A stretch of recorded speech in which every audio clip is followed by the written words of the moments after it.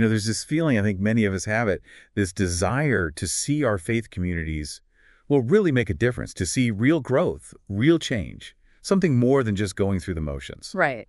Genuine impact. And that's exactly what we're digging into today in this deep dive. Yeah, we're looking at churches, established ones, in places where, church is kind of familiar, these church cultures, especially in the West. Exactly. And the big question is, how can these churches get better, really more effective at sharing their faith, at discipleship? It's a tricky thing, isn't it? How do you spark new life when faith feels, well, almost normal, maybe even a bit tired? It really is. And we've got some fascinating stuff to help us explore this. Yeah. We're basing our discussion on an article featuring Jeff Sundell and Mike Wiseman-Floyd. Mm-hmm. And these guys, they have a lot of experience with what are called church planting movements, CPMs. They've been watching how those ideas work, or maybe don't work, in churches right there in North Carolina. And that's the interesting part, right? They're not just looking at brand new church plants. No, exactly. These are existing churches trying to change things up, find ways to connect with people who are, pretty far from God right now. So our mission, if you like, for this deep dive is to really unpack the main roadblocks these churches hit and look at some of the solutions they're finding, all based on these real stories. Yeah, and just for clarity, when we say church planting movements or CPMs, we often mean this rapid kind of exponential growth of local churches multiplying, usually within a specific group or area. They tend to use simple methods anyone can copy. Right, reproducible. In church cultures, that's usually places where Christianity's been around a long time. People might know about church culturally, but maybe aren't personally engaged. Okay, got it. And the article gives us 3 specific examples from North Carolina to look at. Element Church, First Baptist Spindale, and Desiring God Community Church, DGCC. 3 very different situations, which makes it useful. Definitely. So let's jump in. First up, Element Church in Alexander Mills. What's their story? So Element Church, it's described as more progressive, pretty informal as a church plant, trying to reach a broad mix of people. Okay. But the really standout thing is their goal. They committed to starting 100 simple church plants, but get this, in the homes of people who aren't connected to faith right now. Wow, 100. In people's actual homes. That's ambitious. It is. It's very organic, trying to lower those barriers that sometimes exist with formal church buildings and programs. It's more about relationships first. That really hits home today, I think, when trust in big institutions is maybe a bit lower. Yeah, absolutely. And they adopted specific methods. The article mentions T4T, training for trainers. That's right. They leaned into those T4T-based CPM methods, and they saw some pretty encouraging early results from it. Like what? What did that look like on the ground? Well, they got 17 of these home groups going. And significantly, at least 5 of those have already started other groups. Oh, interesting. So it's multiplying. Exactly. And through that, they saw 17 people come to faith, 14 baptisms. And these happen right there, in the home. In the homes, not in a church building. Right. And a big part of T4T is that focus on, immediate obedience. You learn something, you apply it right away, and then you teach someone else. It creates this kind of fast cycle of learning and doing and sharing. That sounds like it could be really powerful. The article uses one person's story, Ricky's story, to illustrate this. Can you walk us through that? It sounded pretty intense. Yeah, Ricky's story is quite something. It really shows the potential here. He was struggling badly with methamphetamine addiction, had a violent episode, ended up in jail. Wow. And when he got out, he was just lost. At rock bottom, the article mentions him being at his friend Randy's grave, just crying out, asking what the point of it all was. That's incredibly raw. So how did this home-based church approach reach him there? Well, he reconnected with someone, Shane, whose faith he'd kind of admired from afar. Their daughters were friends. Ricky saw this stability, this peace maybe, in Shane. So he went over to Shane's house, just laid it all out, his struggles. And Shane's response was key. He didn't have easy answers, just shared his own journey, his reliance on God. Very real. That feels authentic, not preachy, just relatable. Exactly. And it wasn't a quick fix. Shane said, look, I'll come to your house every week, bring my family, we'll just share Jesus' teachings, build community. To Ricky's house. Yeah. And this wasn't like a 6-week course. This was a commitment, both families, for at least a year. That's the T4T model, influence faith, integrated right into home life, family life. A year commitment. That's significant investment from Shane and his family. Huge. And the impact, well, Ricky's now co-leading that group in his home. It's grown to over 20 people. No kidding. from that point of despair. Yeah, and there's this little detail, their daughters, one's a Duke fan, one's a Carolina fan, watching basketball together. It just shows how it impacted the whole family, brought healing. It's relational discipleship, really. That's a fantastic story. Really powerful. Okay, let's shift gears. The next church, First Baptist Spindale. Their journey sounds quite different, more of a turnaround for a traditional church. Yes, First Baptist Spindale is a great example of transformation within a more traditional setting. Just a few years before the article, they were seeing maybe 35 to 45 people on a Sunday. Pretty small. Okay, fairly typical for some older churches, maybe. Right. But then, fast forward, and they're regularly getting 120 or more. But here's the kicker. Yeah. 80%. 80% of that growth came from people becoming believers in those T4T home groups, not from walking into Sunday service first. 80% from the home groups. Wow. Okay, that is a dramatic shift. You don't usually hear numbers like that. No, you don't. It really flips the script on the usual come-to-us model. And the article mentioned something about meetings in a trailer park.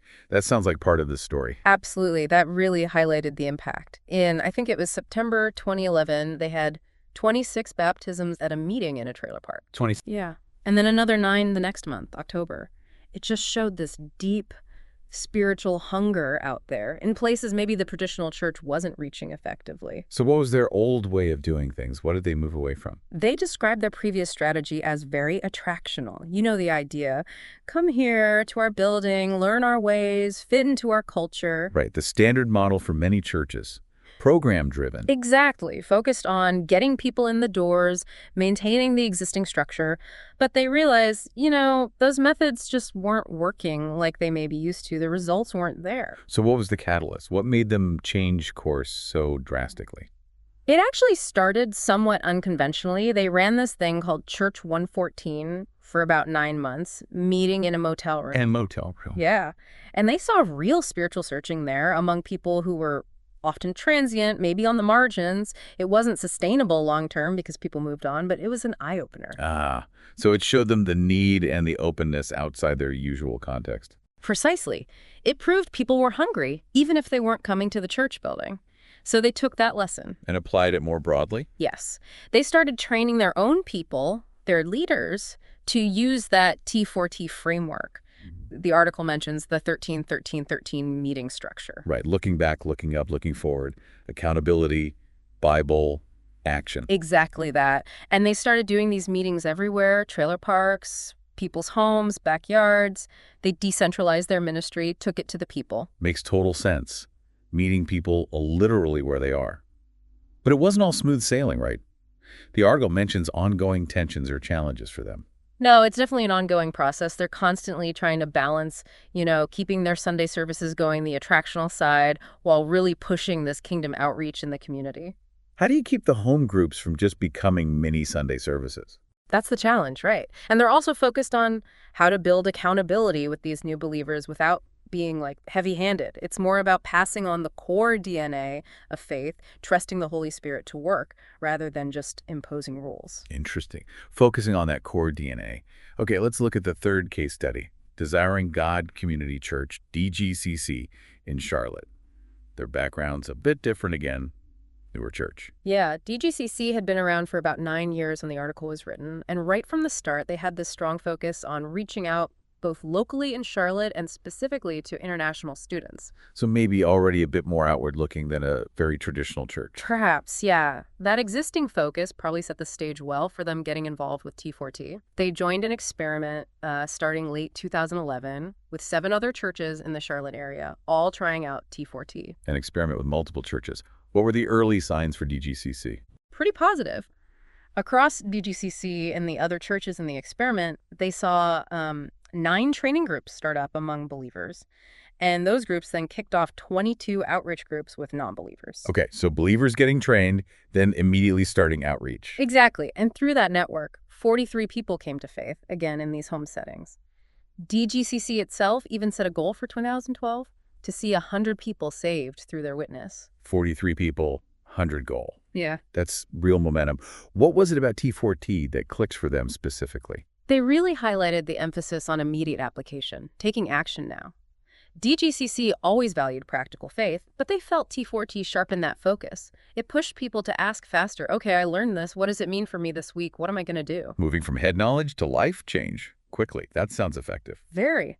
But like the others, they hit some hurdles trying to weave T4T into their existing church life. Yeah.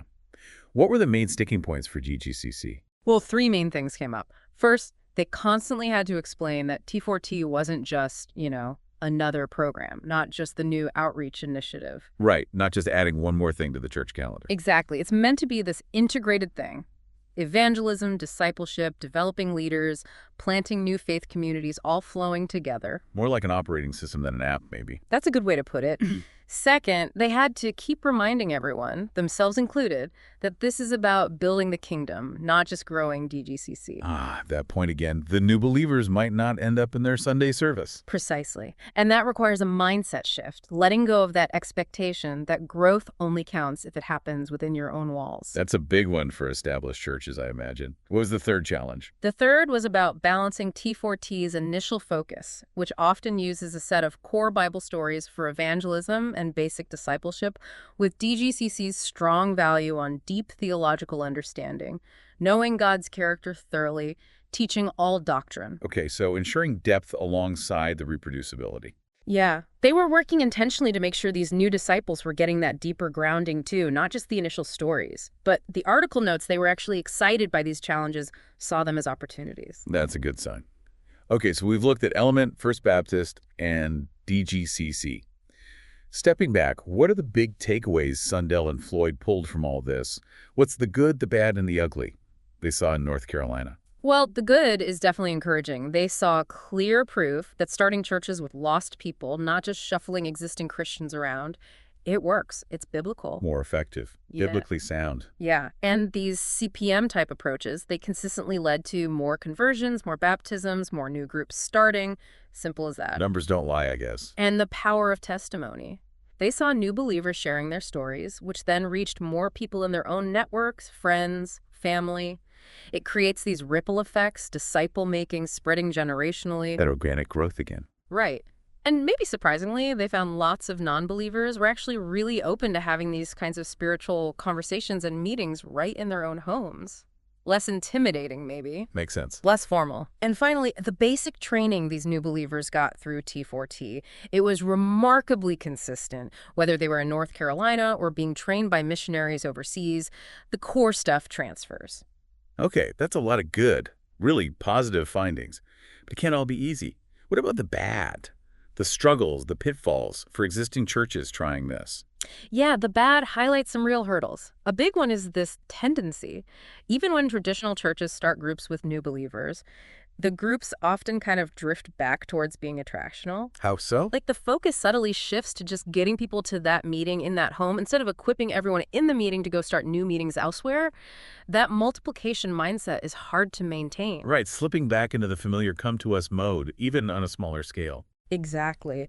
Another tough one is, frankly, many existing church members are just hesitant, unwilling maybe, to put in the actual time and effort needed for consistent outreach. It takes work. Time commitment is always a factor. For sure. And lastly, new disciples face real pushback from media, friends, family, maybe mocking or questioning their new faith. So T4T or any approach like it, it's not a quick fix. It needs long-term mentoring, real support. We're talking 1, 2, 3 years, maybe more, to really help someone get grounded. Okay, so deep commitment needed, and it's not a magic bullet against cultural pressure. Yeah. That leads us to the ugly. What do they mean by that? The ugly is just about facing reality. When you're genuinely reaching out to people far from God, you're going to encounter messy situations, addictions, broken relationships, ethical challenges, poverty, real-life struggles. Stuff that doesn't fit neatly into a Sunday school lesson. Pretty much. Yeah. Churches need to be ready, as the article puts it, to deal with dirty sheep. It can be uncomfortable, but they quickly add, this isn't new, right? Think about the Gospels, the epistles in the New Testament. The early church was dealing with all sorts of messy human problems. It's actually part of the territory when you engage with the world as it is. That's a really important perspective check. Okay, so wrapping this deep dive up, what's the main insight you want listeners to take away from these North Carolina stories? I think the core message, the really powerful thing here, is the sheer potential for change when established churches truly decide to shift their focus outwards, to become disciple-making movements, not just institutions. Moving from being static to being dynamic, maybe. Yeah, it's about unleashing that potential that's often just sitting there dormant in existing believers, equipping them to share faith, build community right where people live and work, not just waiting for people to show up at the building. And that connects right back to where we started, that desire to see real impact, real growth. These examples show it's possible, even if it's challenging. Absolutely, and it leaves you, the listener, with something to think about, doesn't it? Consider this idea of the sleeping giant, maybe, of believers already in churches. Okay. What if we started measuring success differently? Not just by how many people are in the pews on Sunday, but by how many disciples are being made, how many new faith communities are starting out there in the world. What might happen if more Christians felt truly equipped, truly empowered to just share their faith naturally where life happens, instead of always relying on people coming to them? It's a big question, right? A fundamental shift in how we even think about church. What could that look like in your community?